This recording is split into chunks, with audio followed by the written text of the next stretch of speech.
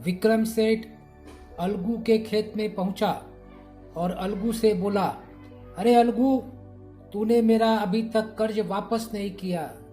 1 महीने के अंदर अगर कर्ज वापस नहीं किया तो मैं तेरा घर नीलाम करवा दूंगा।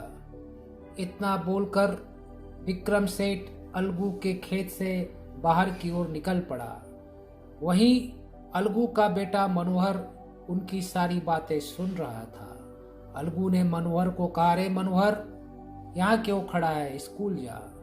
मनोहर स्कूल के लिए निकल पड़ा।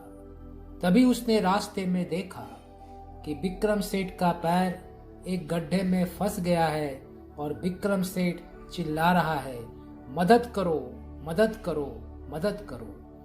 एक बार मनोहर ने सोचा कि इसी विक्रम सेठ ने हमारे पिताजी की काफी बेइज्जती की है, मैं छोड़ देता हूँ। लेकिन तभी उसे अपने शिक्षक की बात याद आई कि मुसीबत में पड़े लोगों की मदद करनी चाहिए, साहस का परिचय देना चाहिए।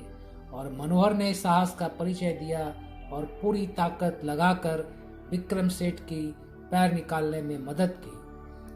विक्रम सेठ काफी प्रसन्न हुआ और मनोहर से पूछा, तुम किसके बेटे हो? मनोहर ने कहा, मैं अलगू का बेटा हूँ।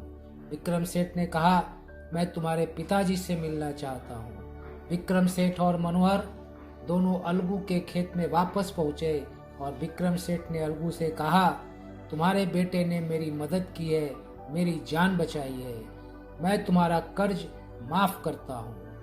अलगू ने कहा, नहीं सेठ जी, मैं धीरे धीरे करके आपका कर्ज वापस कर दूंगा।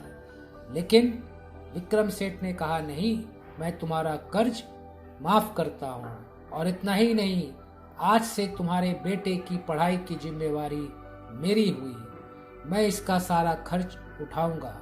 और उस दिन के बाद से मनोहर जी जान लगाकर ज्यादा पढ़ाई करने लगा। विक्रम सेठ उसका खर्च उठाने लगे। वो शहर तक पढ़ने गया और काफी आगे बढ़ा। इसलिए बच्चों, हमने यह देखा कि मनोहर ने साहस का परिचय दिया और दूसरों की मदद की, और बदले में उसे काफी प्रशंसा मिली और वो काफी आगे बढ़ा। इसलिए क्या आप भी मनोहर के तरह दूसरों की मदद करने के लिए तैयार हैं? क्या आप भी साहसी बनने के लिए तैयार हैं? हाँ या ना?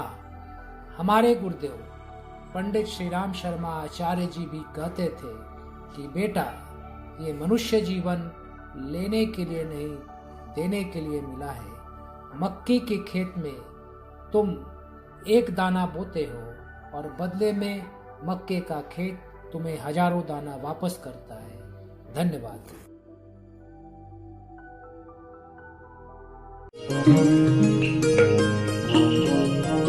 हमारे YouTube चैनल को सब्सक्राइब करें और बेल आइकन को दबाएं ताकि आपको नोटिफिकेशंस मिलते रहें।